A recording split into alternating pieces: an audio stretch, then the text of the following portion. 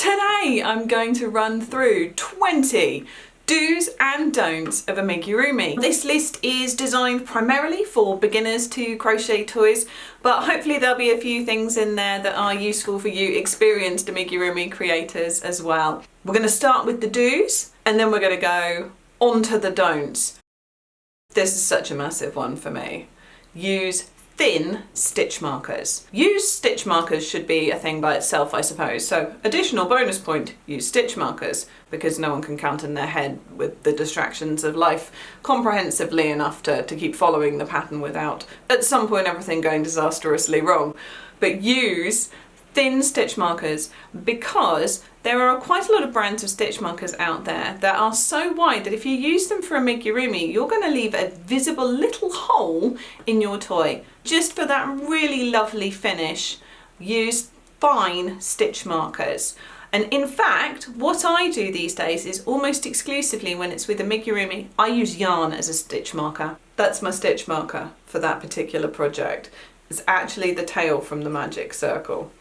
But use something really fine and then it won't show. This is a big one. I think this is a big one. Choose your hook carefully. And if you're totally new to crochet, here's how I choose a hook and the type of hook that I like. Everybody's different, obviously, but this is my personal preference. My personal preference is for an ergonomic hook, one that's got a thick, ideally slightly rubbery, mildly textured handle, and one that has got a long shaft here up to the hook. So that gives you lots of space for moving the hook in and out of the yarn. You also, we've chatted about this before, want to make sure that the hook is nice and smooth. So just get a piece of yarn, run it backwards and forwards, make sure there's no burrs or anything on there. I prefer a metal hook to a plastic or wooden hook, but so for me, that's the hook that I would choose. But just make sure that when you commit to the project that you're using a hook that you can use comfortably and that's not going to impede your progress. If you're following a pattern, then you want, in an ideal world perhaps, to use the exact same yarn and accompanying hook as the pattern designer used. However, the reality for most of us is that we're going to use a different brand of yarn and perhaps even a different type of yarn. If you change the weight of the yarn, make sure that you change your hook size to match that weight. So if the pattern calls for a DK yarn and a 3.5mm hook, go and get your Aran weight yarn to make a scaled up version of the toy. That's often absolutely fine, but just make sure that you also change the size of the hook. Use a hook that is sized 0.5mm, maybe even a whole millimetre smaller than the one that's shown on the yarn packet. That's because amigurumi relies on having really sort of neat, compact stitches in order to give a good surface to the toy and not show stuffing through. I cannot overstate this next one enough. It makes such a difference to how it looks when finished. Mark the places of your limbs before you sew them on. So don't just do it by eye, go and mark it. So I either do this with, I was going to say pins, but in reality they're just needles from my yarn needle tin. So mark the place either with stitch markers or with needles or pins so that you know that you're happy with the position before you sew the limb on. So for example, what I would do and what I did when I made this little wallaby and his tiny friend is I would point where I wanted them to go in. And the reason that you can't just do this with counting down the rounds is because rounds are not entirely symmetrical because they come in a continuous flow. So that means that one side is always naturally going to be a tiny bit lower down than the other side. And honestly, again, not the end of the world if you've done that like that before and you're like, oh no, it's half a stitch different height. It's not the biggest deal, but for that limb position perfection, mark where you want to put them before you put them on. Make sure that you sew really, really tightly and firmly in place, especially if you're going to be using or kid's going to be playing with the crochet toy. You want everything to be nice and solidly affixed so that it can get chucked around a bit and nothing's going to go wrong. So the way that I do that is I go sometimes even twice all the way around, but I go in and out each adjacent stitch and the stitch on the limb and the stitch on the body, every single stitch, to put them tightly together. Tie off really tightly. You can hide that little knot inside the body so it won't make it any difference to how it looks. Ideally go all the way around each limb or sort of ear or anything like that twice in the same colour yarn and stitch really tightly in place so that you're happy that it's secured. Do check the size of your safety eyes. This is one I fell foul of before, and in fact recently someone called me up on one of my patterns. I hadn't specified the size of the safety eye. It makes such a big difference to how the toy looks. So don't assume, like I did originally because I got a batch of safety eyes and they were all one size, that all safety eyes are the same size. They're not. They range hugely from a couple of millimeters to like maybe even 20 millimeters in size. Big range of safety eyes. Make sure that you pick the one that is either shown in the pattern or that you think is going to look best, but don't assume that they're all homogeneous and the same. They're not. You can also get different styles of safety eyes. Some of mine have like little backing plates to them or different colours. Fun way to mix it up. Do double check for symmetry. The position of the eyes makes a huge difference to how your finished toy looks, but it makes a phenomenal difference if they are wonky or one's further back in the head than the other one. Ears actually has a very similar issue in how it looks. It can really sort of make or break the instant impact of a toy when you look at it. And it can be more difficult for things like very small pieces where just a tiny amount out makes a really big difference to the toy. But making sure that everything is symmetrical in the placement on the toy makes a huge difference to the finished piece. Now I know we've talked about marking stitches, but this is still something that I do to make sure that I am on track even when I'm writing the patterns.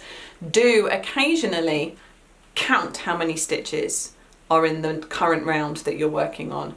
It's a really good way of making sure that you're on track, that you've not dropped or increased at some point. Even sort of increasing or decreasing at a slightly different rate can actually have a really big impact on the shape that you're producing. Can you hear the rain? It's so loud. My camera's quite good at getting rid of background noise, but my goodness, rain. And finally, do make adjustments if you feel the need to. Whether that's changing something up from the pattern because you don't think it's working quite right, making your own additions, swapping colours, textures. It can really help to make the amigurumi feel like it's your creation, even if you're working from somebody else's work. The don't section. Don't start with chenille yarn. I know I say this a lot. If you've been here before, apologies. If not, chenille yarn is trickier to work with than acrylic, wool blends. It just is. It has a fine strand through the middle and lots of fluff around the outside, and it makes for beautiful looking toys that are really soft, and it also makes for faces of fury when it gets stuck trying to do magic circles or sewing in it. It's hard to work with. If you're a beginner to amigurumi, don't start with chenille. Don't cut your yarn tails too short. This is something that comes up quite a lot with blankets, but if anything, it is more important with amigurumi, whom, especially if they're being played with, for example, have the potential to come undone at some point. You want a long yarn end hidden inside that toy that if it comes apart, it's no big deal to sew it back together again. It's also really good for like attaching other limbs and stuff with the ends of other bits to make them even more secure. Long ends. Don't avoid sewing. I know you're a crocheter and you want to crochet and you don't want to learn to sew. I'm not a sewer. I did used to cross stitch when I was a kid, which was quite fun. I don't really know why I stopped doing that. I think it's because I like making things that are mine and cross stitch was just following other people's, but either way. Don't avoid sewing. There are some fabulous, I've seen patterns that are no sew, and that's great if, you know, if that's what you really want to do. But for most of us, in order to really go next level with our amigurumi, sewing is such an important part. I sew a lot to join my toys together, but also to slightly enhance them and really bring out a bit of character. And don't avoid sewing. Don't stress colour jogs.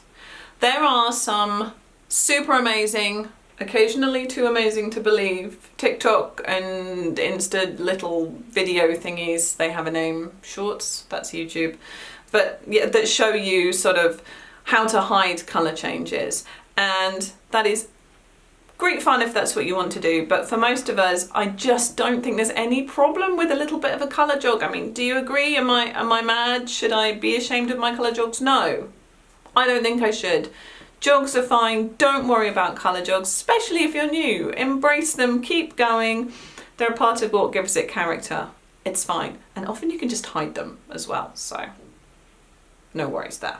And in complete contradiction to what I said just now, don't take shortcuts. And this really heavily applies to joining the toy together with sewing, as we've just talked about, but also things like stuffing. Just don't wad in a big handful and then go, yay, it's stuffed, because it's never going to look as nice as if you tear off little bits of the stuffing individually and then put them back into the toy in individual spread out parts. Count your stitches, check your progress, spend a bit of time on that symmetry, all those things. Just take your time. Don't take shortcuts. It'll really pay off in the end. This is a mad one, right? Because it shouldn't be a thing, but it is a thing. Don't swap hooks partway through. Okay, if you've lost your hook and you're never going to find your hook again, then I understand. But really try not to, because I have maybe 6 4mm hooks, and there are a couple of them that I have changed between whilst working on projects, and clearly the millimeters are off slightly. And it doesn't matter that they're perhaps one's 4.1 and one's 3.8. You can tell there's a difference. You know, these things are machine made, they're not infallible, and they are not exactly the same. Try really hard to stick with that same hook, same brand, to get the exact same stitches. Don't work through pain. Pain is your body giving you a message, and quite often that message is take a break.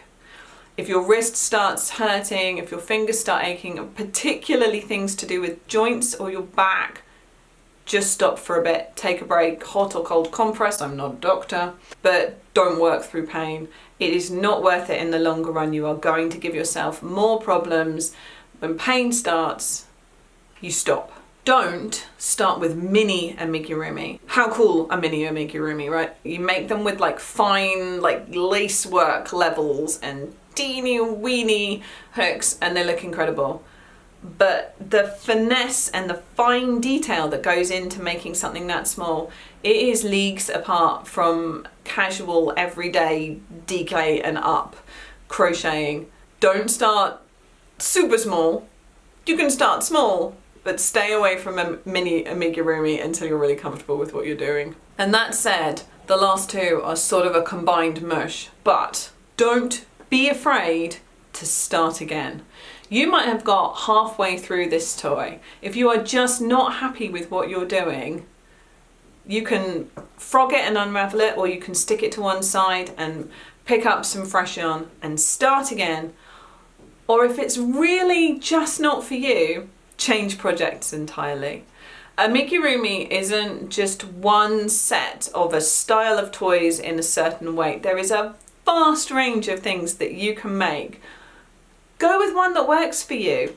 If you're finding it too fiddly, pick a project with a bigger yarn, or pick a project that has a yarn that's more favourable to work with to you, you know, one that's a heavier weight with a bigger hook or a different texture. It's fine. There are no rules that say you have to keep going when you don't want to. If you're done, that's fine, and swap around. What do you think? Do you agree with my do's and don'ts? Any controversial takes there? Let me know and let's have a chat in the comments. I'll see you there.